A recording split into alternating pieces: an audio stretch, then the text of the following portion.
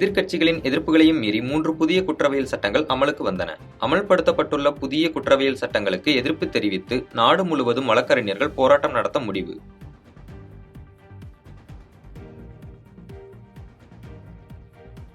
புதிய குற்றவியல் சட்டங்களில் 90 முதல் 99% வரை பழைய சட்டங்களின் நகல்களே என காங்கிரஸ் மூத்த தலைவர் ப. சிதம்பரம் விமர்சனம். குற்றவியல் நீதியின் நிர்வாகத்தில் குழப்பத்தை ஏற்படுத்துவதே இதன் தர்க்கமாக இருக்கும் எனவும் பேச்சு. தமிழ்நாட்டில் டாஸ்மாக் கடைகளை குறைத்து கள்ளு கடைகளுக்கு அனுமதி வழங்க வேண்டும் என பாஜக மாநில தலைவர் அண்ணாமலை கருத்து. டாஸ்மாக் நிறுவனத்தை தனியாரிடம் ஒப்படைக்க வேண்டும் எனவும் பேச்சு.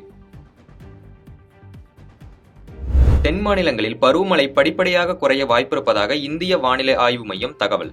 வட மாநிலங்களுக்கு 5 நாட்களுக்கு கனமழை தொடரும் எனவும் அறிவிப்பு. தமிழ்நாடு அரசின் நான் முதல்வன் திட்டம் மூலம் இந்த ஆண்டில் 25,888 பாலிடெக்னிக் மாணவர்களுக்கு வேலைவாய்ப்பு. விவசாயம், உணவு உற்பத்தி, அழகு சாதனம் உள்ளிட்ட துறைகளில் வேலைவாய்ப்பு.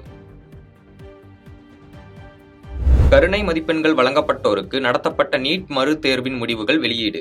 மருத்துவ படிப்புகளுக்கான கலந்தாய்வு தேதி விரைவில் அறிவிக்கப்பட வாய்ப்பு. பலத்த மழை காரணமாக அகமதாபாத்தின் புறநகர் பகுதி சாலையில் திடீரென ஏற்பட்ட பெரிய பள்ளம். கனமழை காரணமாக வடமாநிலங்கள் மக்கள் கடும் அவதி. தமிழ் தேசிய கூட்டமைப்பு தலைவர் ரா. சம்பந்தன் மறைவுக்கு பிரதமர் மோடி இரங்கல். இலங்கையில் வாழும் தமிழர்களுக்கு பாதுகாப்பு, சமத்துவம், நீதி கிடைக்க இடைவிடாமல் சம்பந்தன் போராடினார் என புகழாரம்.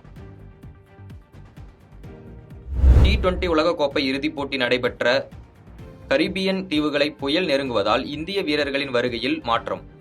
புயல் காரணமாக இந்திய வீரர்கள் தனி விமானம் மூலம் நேரடியாக டெல்லி வந்தடைவார்கள் என தகவல்.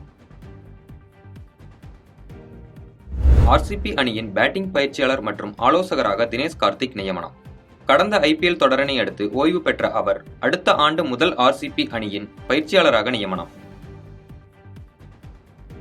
நீலகிரி, கோவை உள்ளிட்ட 7 மாவட்டங்களில் மழைக்கு வாய்ப்பு. காலை 10 மணிக்குள் சென்னையில் மிதமான மழை பெய்யும் என்று கணிப்பு. தமிழகத்தில் இருந்து கடலுக்கு சென்ற 25 மீனவர்களை சிறைபிடித்தது இலங்கை கடற்படை. எல்லையை தாண்டியதாக கூறி 4 படகுகளும் பறிமுதல். டாஸ்மாக் மதுவின் தரம் குறித்து அமைச்சர் துரைமுருகன் கூறியது உண்மைதான் என அண்ணாமலை கருத்து.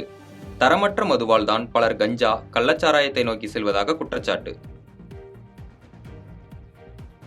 புதுச்சேரியில் திருமலை திருப்பதி தேவஸ்தானம் சார்பில் நடைபெற்ற ஸ்ரீனிவாசா திருக்கல்யாண உற்சவ நிகழ்ச்சி. முதலமைச்சர் ரங்கசாமி பங்கேற்று சாமி தரிசனம்.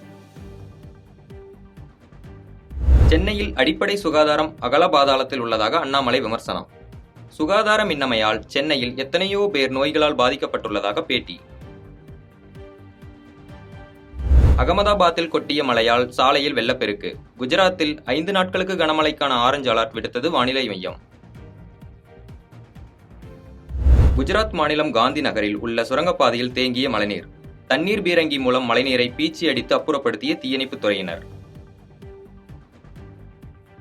நாடாளுமன்ற வளாகத்தில் இந்திய கூட்டணி எம்பிக்கள் இன்று போராட்டம். புலனாய்வு நிறுவனங்களை அரசியலுக்காக பயன்படுத்துவது மத்திய அரசுக்கு எதிர்ப்பு. உத்தரப்பிரதேச மாநிலம் மதுராவில் குடிநீர் தொட்டி இடிந்து விழுந்து 2 பெண்கள் உயிரிழப்பு.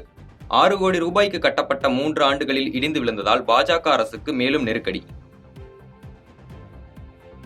T20 உலகக்கோப்பையை வென்ற இந்திய கிரிக்கெட் அணிக்கு 125 கோடி ரூபாய் பரிசு.